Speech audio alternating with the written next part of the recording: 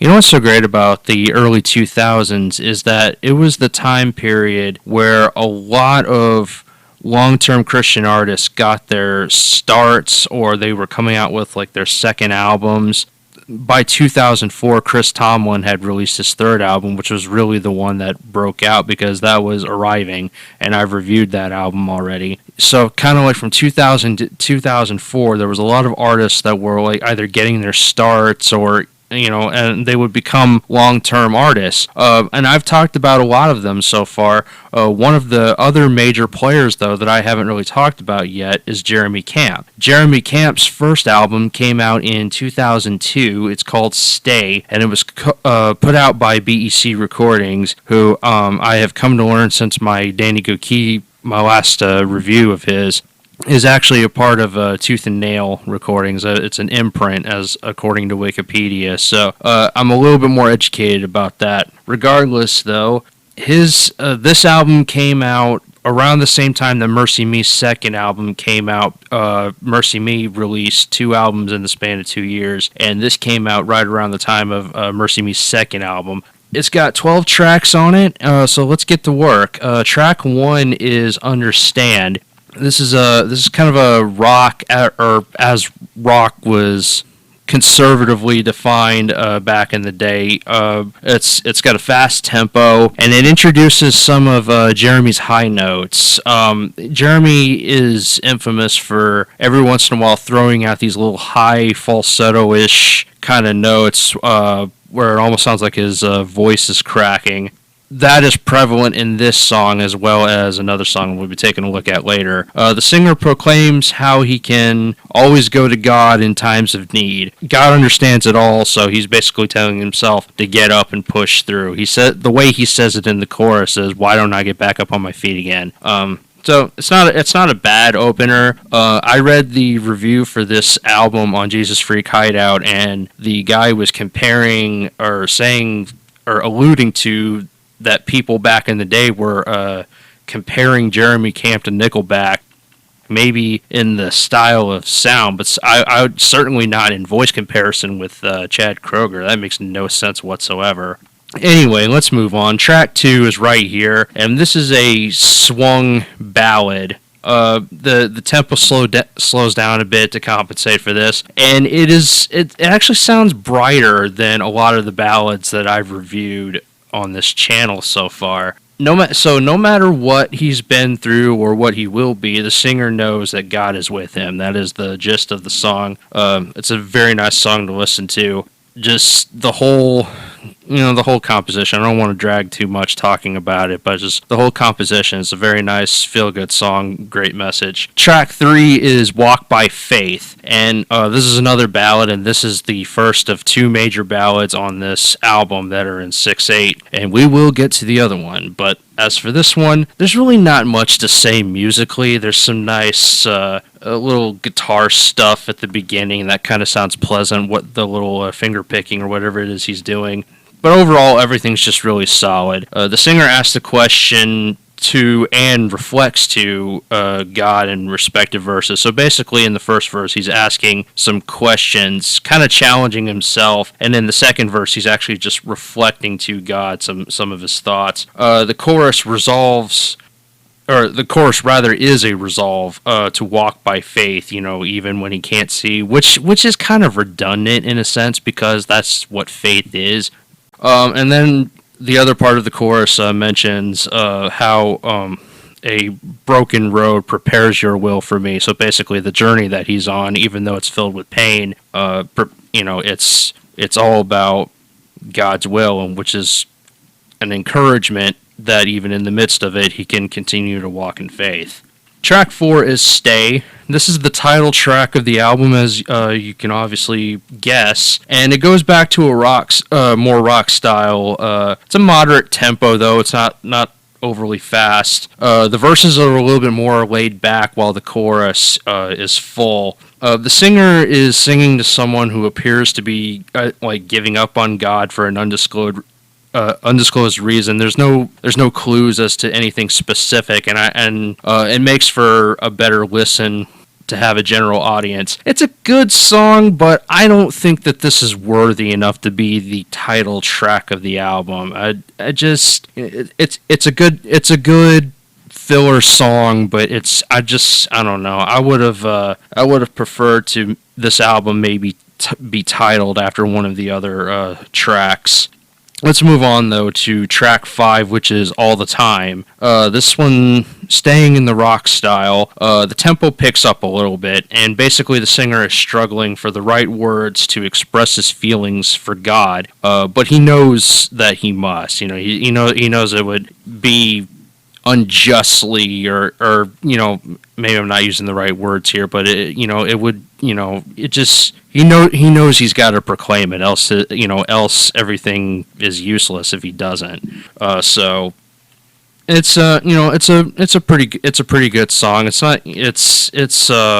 the songs are pleasant to listen to on this album. It's just it's probably not one that's gonna make your top of your playlist. The next track, however, most definitely will, and that is I Still Believe. So anybody who knows anything about Jeremy Camp knows this song. This is, of course, what the recent Erwin Brothers movie is based off of, the origins of this song. It's their second in a line of movies that appear to be based off of songs. The first was I Can Only Imagine, and I went and saw that movie, and maybe one day I'll talk about the movie, but right here I'm just here to talk about the original song. It's a 6/8 ballad. There's and what I like about the musicality of this is that it's not always just a straight 6/8. Sometimes there's moments like in the drums where there's it's hard to describe a cadence in 6/8, but there is a snare pattern that you can do where it still sounds like a marching cadence, but it's in 6/8, and you kind of hear something like that going in the background. It kind of helps give it a little bit of feeling, and then goes back to the standard 6/8 triplet time feel in the chorus. Great stuff musically. The singer is lost and in great pain, and if emotional pain, and if you know the story behind the song, this was written shortly after the death of his first wife, so you can kind of understand where the emotion in this song is coming from when you know the backstory. But the singer, like I said, lost, great pain, can't understand why God has put him in this position, but he also comes to realize in this moment that he feels God is with him, and deep down in his heart, he still believes in God and believes God's word, everything he says. It's just a fantastic song. This is arguably Jeremy Camp's best song that he's ever written. Track 7, One Day at a Time, and I'll admit this one is a little bit of a guilty pleasure to me. It's not one that I normally go back and listen to, but when it shows up in my on my iPod, I struggle to go ahead and change it to the next song. I just go ahead and play it just because I get a little bit of enjoyment out of it. So it's rock, and it kind of has this sluggish feel to it. And that sluggish feel is backed up by a slower tempo. The song is a reflection of the past of the singer, and it's also a resolve of carrying on his walk with God. And the looking back at the past, that reflection, in the midst of that, the singer sees the fullness of God in those times, and naturally assumes then that will continue going forward. So pretty good song. Track 8, Breaking My Fall, and this one I liked it when I first listened to it, but this last time I listened to the album before writing my notes down, I don't know what it was. It's just something kind of stuck with me about this one, and I kind of like it a little bit more than I used to. It's a ballad, but unlike the other ballads in the album, it doesn't have any gimmicks. It doesn't have a swung feel. It's not done in 6/8. It's just kind of more straight up, but it is slow. The singer sings of God saving him when the singer starts to wander down his own path. Basically, he's following his own reasoning, different little things like that. everything about this is just smooth and intimate. It's a very nice song to listen to. So I recommend you take a look at it. Track 9 is Nothing. And the best way I can describe this song is it's a rock song that kind of feels like it's got a little bit of worship element put into it. It's not, I can't call it a worship song, but it kind of sort of has that influence in it. There's some bright guitars as an example of such. It's fairly fast, and the song is about God's love and how the singer has no influence over it. So the only way I can elaborate on that further is go and take a listen to it. Kind of let Jeremy's words do the talking for me. Track 10 is I Know You're Calling. So this is not a ballad per se, but the song is pretty mellow. And this is the other song that kind of features more of those falsetto notes. And really in this one is when Jeremy sings it, it really does sound like he's going through voice change, like he's going through puberty. It's kind of funny in a way. It's not supposed to be, but it's kind of funny. So the song itself is a testimony of the singer's relationship with God. It's about the things that God does for the singer, and then it's also about the singer's desire of everything that God is. And so lyrically, this is actually a fantastic song. Musically, it's just kind of there, but it's a great listen for lyrical content. Track 11 is Take My Life. Now, Take My Life is pretty cool in this regard because this to me, I describe this as alternative rock. This is the quote hardest track of the album, even though it's really not that hard in terms of hard rock. But it's got the not distortion, but it's got more power in the guitars. It's got that, the heavy chords, a lot of different good stuff rock-wise going on there. And it's, this is a very nice, complete song, both musically and lyrically. Lyrically, the singer is offering himself up completely to God, and that is laced throughout the entire song. It's, can't really elaborate too much else on that. The one thing about this song that is, it's not so much a negative. Normally it would be a negative for me in this case. It's just kind of surprising more so in this case, and that is Jeremy actually uses harsh vocals towards the end of this.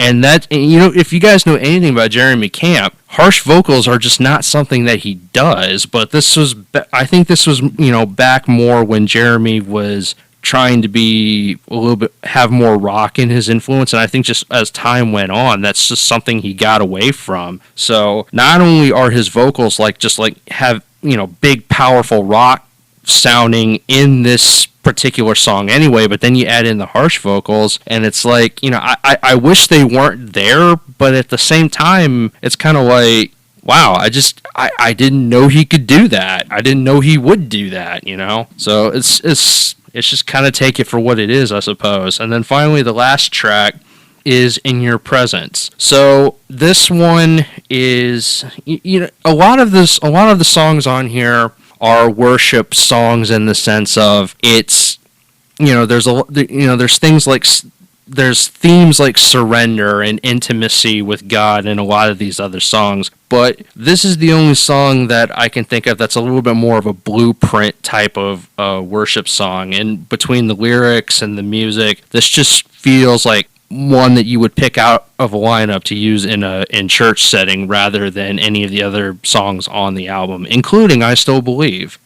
Does that make it the best song in the album? Not necessarily, but it does make it a little bit more defined within that box.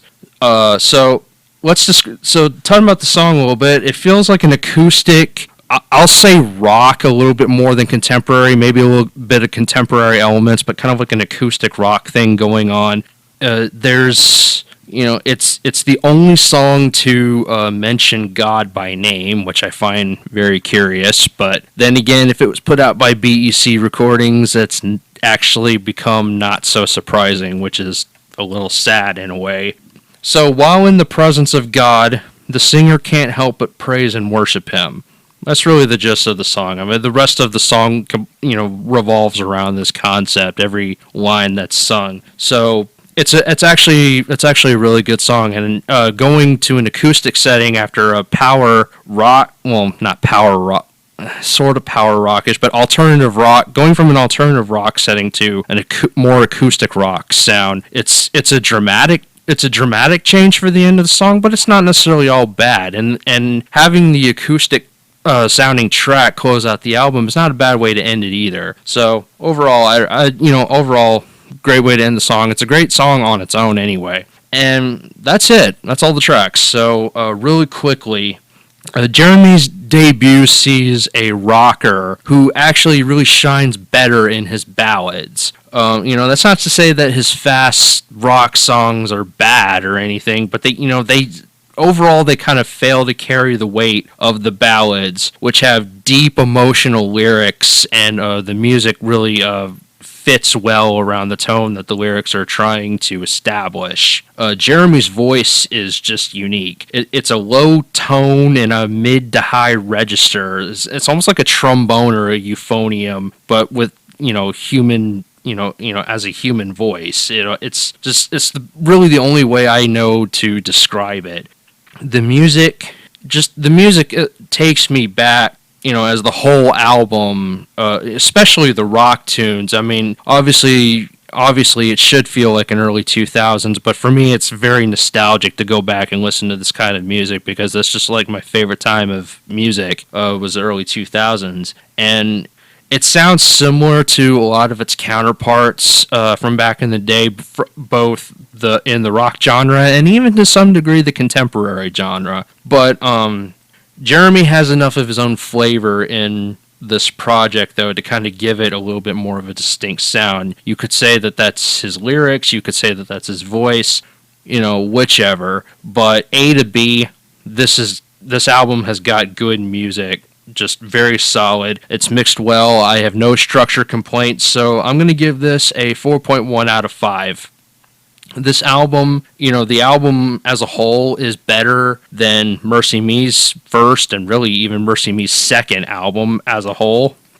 But it's not quite as good as Casting Crown's debut or Big Daddy Weave's debut, which, all kind of came around. I know Casting Crown's debut came out a year after this, and Big Daddy Weave's was, I believe, a couple months prior to this one. So it doesn't quite match those two albums, but it's kind of somewhere in between those and then what Mercy Me was putting out album-wise. Now, granted, when it comes to the individual hits, Mercy Me had some fantastic hits going on back then, but I'm just talking about whole A to B album. This is better than both of what Mercy Me had put out at the time. So, yeah. My favorites, well, let's talk about my favorites. The one that should be kind of obvious is I Still Believe. This is, again, the best track on the album, one of the best songs of the, early 2000s, if not the whole 2000s. It's just it's amazing what the Lord can create out of tragedy, and I Still Believe is a testimony of that. My other favorites, Right Here, Walk by Faith, great songs, and Take My Life. I'm gonna go ahead and put Take My Life in there just because I love, Jeremy kind of strayed away from this sound, but so it kind of leaves you wondering what Jeremy's career would have looked like if he had stuck with this style a little bit more. But the fact of the matter is, I like this song because since it's looked at now as a unique spectacle, it is good. I mean, Jeremy sounds like he could fit and stay in this style if he would have chosen to do that. But now of course, it's just a unique thing in his career. But it's actually still very good, holds very well, and I'm not going to give second tier recommendations this time, but what I am going to say is that, during the course of this review, I gained more of an appreciation for songs like In Your Presence and Breaking My Fall. So, I would say check those out. Maybe even over time, Breaking My Fall could be one that I would even consider to be a second tier recommendation, or even In Your Presence. But right now, right now they're in a situation for me where, again, I grew to like them a little bit more because I listened to this album so many times before reviewing it. So they kind of grown on me a little bit, and they really are worth a listen to. And all the songs, like I said, are good in their own way. It's just it's very nice to have two albums that I've reviewed back to back, where A to B, every single track is worth listening to, even if they're not gonna, even if they don't all make my favorites. Otherwise it would just be a situation where I list every track and from order of best to worst or worst to best or whichever. And I'm not going to do that for every album. Some albums might be worth doing that, but really it's not. So anyway, that's enough about that. Thank you guys very much for listening. And as I alluded to at the end of the Hope in Front of Me review, I'm now so now that this review is done, I encourage you. First of all, if you haven't seen the I Still Believe movie, please go and check that out because it's actually a really good movie. Despite some of the casting decisions not really making any sense, it's still a good movie, and you should go and see it. And then go back and listen to the song again after having seen that movie. But now that this review is done, I'm going to be coming back into modern music for a second. I'm going to be taking a look at Lauren Daigle's second album. I'm going to be taking a look at Zach Williams' first album. And then after that, I might go back, look at some old Chris Tomlin, Big Daddy Weave, maybe, just kind of whichever, but stuff that's more in the past as well. I've got plans to include Building 429. How about that? At some point in my life, I want to go back. I want to look at old Skillet stuff so I can get to the new Skillet stuff, and it's just so much music coming out. Hard to keep up with, but that's kind of the gist of where I'm going with this. So again, thank you guys very much for listening. You have anything that you would like to hear me review, please mention so in the comments. But until then, may the Lord bless you and keep you, and as always, take care.